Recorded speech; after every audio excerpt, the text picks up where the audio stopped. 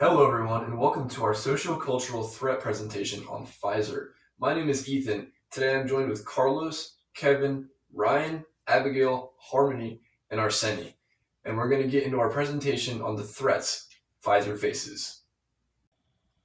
Looking into our presentation agenda today, we're going to start with Pfizer's recent company background, go into their company current situation, discuss what our threat is, go over why it's a threat, and then go into how we can use this threat or solve it to make Pfizer a better company.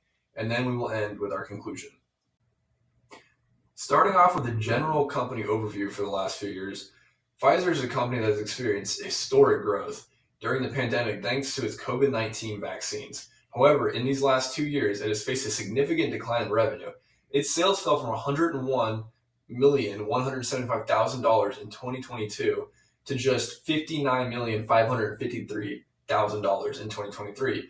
This represents a 41.1% decrease in the last 2 years for the company. Hello everyone, I'm Harmony and I'm going to be discussing the current issue Pfizer is having within their industry for sociocultural threat. As you can see, Pfizer did make a slight profit percentage through 2023 and 2024. Even though you may see this as a good thing, that 6.8% doesn't even compare to the profits during the pandemic stage. This company didn't hit their goals for revenue and profit margins during those years. What will this mean for the present and future of consumer goods, stakeholders, and demand within the industry? Also, with inflation and tariffs recently, this could be a threat to their supply chain, distribution, and manufacturing partners. Hi, my name is Carlos. Let's take a look at Fire's current situation. When we can compare the 2024 and 2022 company, we can see the company total revenues was dropped around 37% in 2022. Pfizer generated about $100 billion, but in 2024, that figure went down roughly $63 billion. This decline highlights is a key issue. Pfizer has not been yet able to fully replace the extraordinary of vaccine of COVID-19 that occurred during the pandemic. While the company continues to earn strong revenue from goods and services, it still depends heavily on COVID-era performance. In short, the data suggests that Pfizer is in a period of transition, trying to stabilize its revenues base and rebuild long-term growth the other products and innovation of products. All right, hello everybody. My name is Ryan Gerald, and over the next couple of slides, we're going to be talking kind of about what is happening, why it's happening, and how exactly we believe we should fix it. All right, so looking a little bit at the what, we found that there is a very specific sociocultural threat that is affecting our company. After the pandemic, we saw that social acceptance of vaccines declined drastically, and that has directly impacted our revenues. This was kind of reflected in the financial statements where we saw that that in 2022 we had $101 million in revenue, and this dropped to $59 million in 2023. That was kind of a 41% decrease. We did see a slight uptick in 2024 with 63%, but that was still 37% below our 2022 revenues. And we believe this was directly tied to social fatigue and the distrust of pharmaceutical companies. Pfizer revenues declined after the pandemic due to social fatigue and growing discussion towards the vaccines. The company carried investigation in research and development. As we can see, the table of Pfizer R&D expense heavily remains stable around 10 and 11 billion of dollars since 2020. This shows that despite lower income, Pfizer continues to prioritize innovation that currently stretch budgets. The decision reflects a clear strategy. Pfizer knows this recovery won't come just from marketing and short-term sales, but from developing new therapies that respond to changing social and demographic needs. Especially, we can see the population age, which creates growing opportunities and pharmaceutical innovations. Why tackling Pfizer's threat is detrimental to its financial success. Well, the demographic transition toward an older global population will transform both the demand for medications and the revenue structure of pharmaceutical companies. If firms fail to anticipate this change, they can lose competitiveness to those that do develop specific solutions for age-related diseases. If Pfizer does not maintain sustained investment in research and development, its long-term value and market position could deteriorate.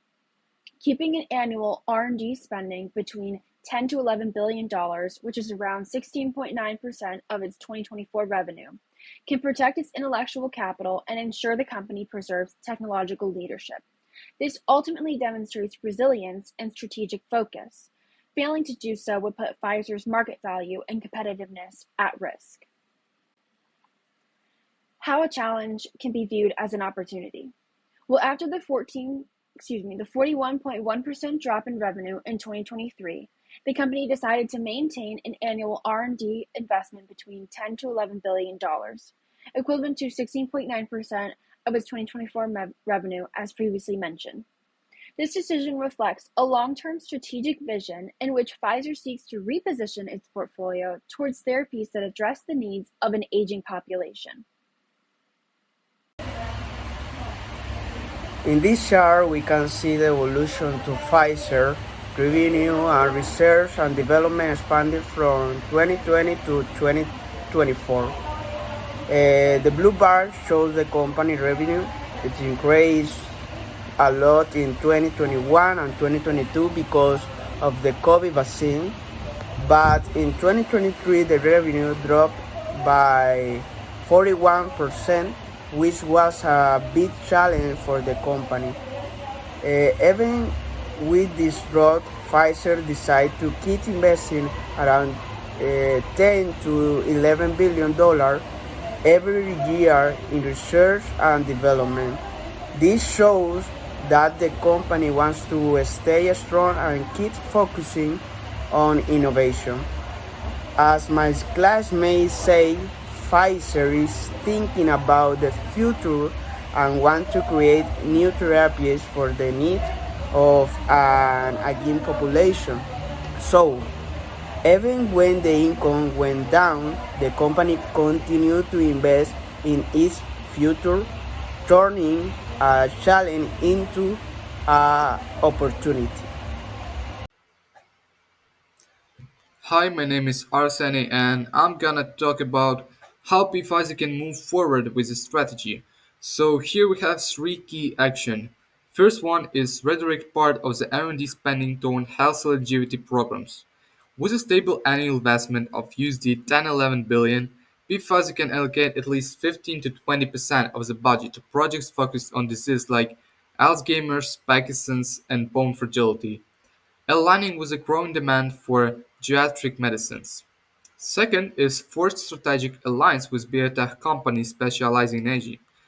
So instead just of developing all products internally, Pfizer could partner with biotech startups researching cellular or genetic therapies against aging. This approach would reduce risk and accelerate returns on R&D investment. And finally, strengthen its presence in emerging markets with aging populations. Regions such as Latin America and Asia are experience rapid growth in the elderly population. Pfizer can leverage its strong financial capacity and consistent R&D investment to expand access to geriatric treatments and ensure sustained growth in markets with high demographic potential. So, in summary, through targeted investment, smart partnership, and global expansion, Pfizer can position itself as a leader in the growing field of health longevity and aging solution. Another way of how Pfizer can impact our social culture dimension and grow their revenue stream with profit margins is by investing between 1.6 to 2.1 billion US dollars per year in programs focused on aging without increasing its total spending, simply by redistributing its current budget. 537 million in potential savings, which could be reinvested to accelerate clinical trials or to support expansion into new markets. This potential investment would be financially viable considering Pfizer's current cost structure and would allow the company to strengthen its presence in regions with higher demographic potential, which allow Pfizer to reach a new customer base when expanding to foreign markets. Here are a few of the listed resources we used in our presentation today. Thank you for attending our presentation today.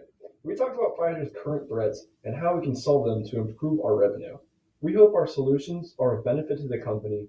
Thank you.